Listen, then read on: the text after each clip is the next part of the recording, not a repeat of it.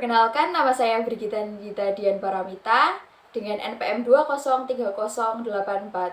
Dalam video kali ini, saya akan mempresentasikan hasil penelitian saya mengenai pengaturan kehamilan dengan judul Penerapan Pengaturan Kehamilan di Keluarga Kristiani. Dalam penelitian kali ini, saya mengambil 3 responden. Ketiganya adalah seorang ibu dari keluarga Kristiani yang memiliki usia pernikahan di antara 20-25 tahun. Jadi pada penelitian kali ini saya mengajukan 7 pertanyaan, instrumen pertanyaan yang saya gunakan untuk mencari data, dan saya mengambil data melalui Google Form. Pertanyaan-pertanyaannya ialah, yang pertama, apakah Anda melakukan pengaturan dalam kehamilan? Yang kedua, metode pengaturan kehamilan apa yang Anda gunakan? Yang ketiga, apakah Anda pernah atau sedang menggunakan alat kontrasepsi? Yang keempat, alat kontrasepsi jenis apa yang Anda gunakan? Yang kelima, mengapa memilih menggunakan alat kontrasepsi? Yang keenam, apakah Anda tahu jika metode pengaturan buatan menggunakan alat kontrasepsi dilarang oleh gereja? Dan yang ketujuh, apakah dahulu ketika pendampingan pranikah disampaikan perihal metode pengaturan kehamilan? Dari pertanyaan itu, saya mengajukan pertanyaan-pertanyaan melalui Google Form untuk mencari data kepada 3 ibu itu. Dan diperoleh hasil pada narasumber yang pertama, bahwa ia melakukan pengaturan dalam kehamilan. Dan ia juga menggunakan pengaturan kehamilan dengan metode kalender atau sistem kalender. Dan ia juga pernah menggunakan alat kontrasepsi, yaitu berupa IUD, dengan alasan kesehatan. Ia menggunakannya dengan alasan kesehatan. Lalu ia juga tahu bahwa gereja melarang penggunaan alat kontrasepsi.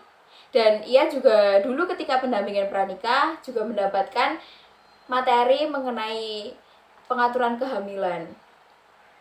Lalu pada responden kedua ini mengaku bahwa ia tidak melakukan pengaturan dalam kehamilan. Lalu metode yang ia gunakan itu tidak ada, jadi tidak ada pengaturan kehamilan, semua berjalan biasa. Tetapi ia juga pernah menggunakan alat kontrasepsi, yaitu berupa kondom. Ia menggunakan alat kontrasepsi ini dengan alasan untuk mengatur kehamilan, untuk mengendalikan kehamilan. Dan ia juga tahu bahwa gereja melarang penggunaan kontrasepsi. Dan ketika pendampingan pranikah, ia juga mendapatkan materi mengenai pengaturan kehamilan.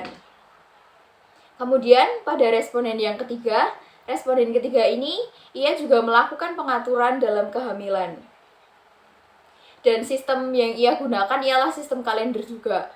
Tetapi ia juga pernah menggunakan alat kontrasepsi, yaitu berupa suntik untuk mencegah kehamilan. Ia menggunakan alat ini dengan alasan bahwa mencoba, tetapi hanya bertahan 1 tahun saja karena tidak cocok dengan metode suntik ini. Ia juga tahu bahwa gereja melarang penggunaan alat kontrasepsi atau pengaturan kehamilan buatan, sehingga akhirnya ia menyudahi penggunaannya dan memilih untuk kembali dengan metode alamiah, yaitu dengan sistem kalender.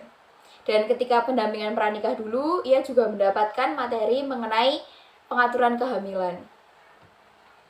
Dari hasil data yang saya peroleh ini, dapat ditarik kesimpulan bahwa dari keluarga-keluarga atau pasangan suami istri yang menikah secara Katolik, pasti dulu ketika pranikah mendapatkan pembekalan atau pendampingan, dan mereka juga mendapatkan materi mengenai pengaturan kehamilan. Dan di sana mereka juga dibekali bahwa gereja sangat melarang adanya penggunaan metode kehamilan secara buatan dengan alat-alat kontrasepsi atau obat-obatan yang dikonsumsi.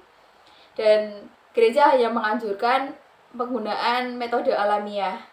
Dari ketiga ibu ini, mereka juga mungkin mereka sudah mengerti dan memahami, tetapi mereka tetap menggunakan dengan alasan mungkin yang tadi kesehatan, ada yang menggunakan alat yang metode suntik karena coba-coba dan akhirnya tidak cocok.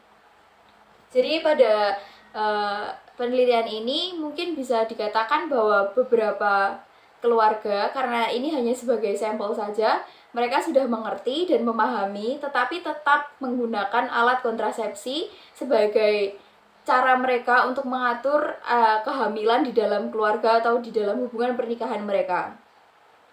Mereka sudah mendapatkan pembekalan, mereka sudah mengerti, tetapi tetap menggunakannya. Dan beberapa di antaranya mungkin itu bisa berlaku di usia-usia pernikahan awal, sehingga mencegah untuk menjaga jarak antara usia anak satu dan anak berikutnya.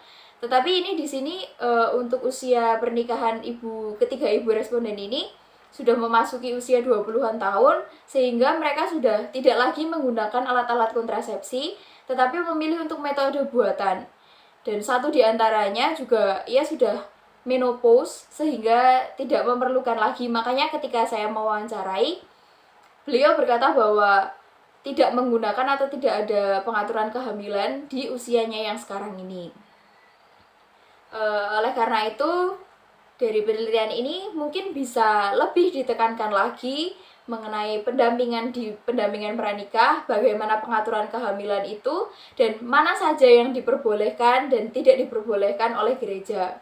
Dan pemahaman-pemahaman mengenai efek samping atau apa yang akan terjadi jika menggunakan alat kontrasepsi bisa lebih ditekankan lagi, sehingga pasangan suami istri bisa lebih mengerti bahwa mereka akan lebih memilih menggunakan metode buatan dibandingkan dengan metode alamiah, dengan pertimbangan kesehatan serta bagaimana gereja sangat menghargai adanya kehidupan, karena penggunaan itu juga mungkin yang kontrafita, dan itu kan pasti akan membunuh calon-calon anak-anak mereka.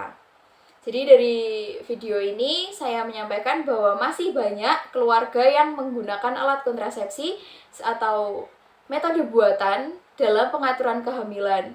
Untuk itu menurut saya akan lebih ditekankan lagi dalam pendampingan pranikah, bagaimana cara perhitungan melalui kalender atau perhitungan masa subur, itu bisa lebih dijelaskan secara mendetail, sehingga pasangan suami istri bisa lebih memahami dan bisa menerapkannya di dalam kehidupan keluarga mereka ketika ingin memiliki anak ataupun ingin menunda untuk memiliki anak. Demikian presentasi dari saya ucapkan terima kasih.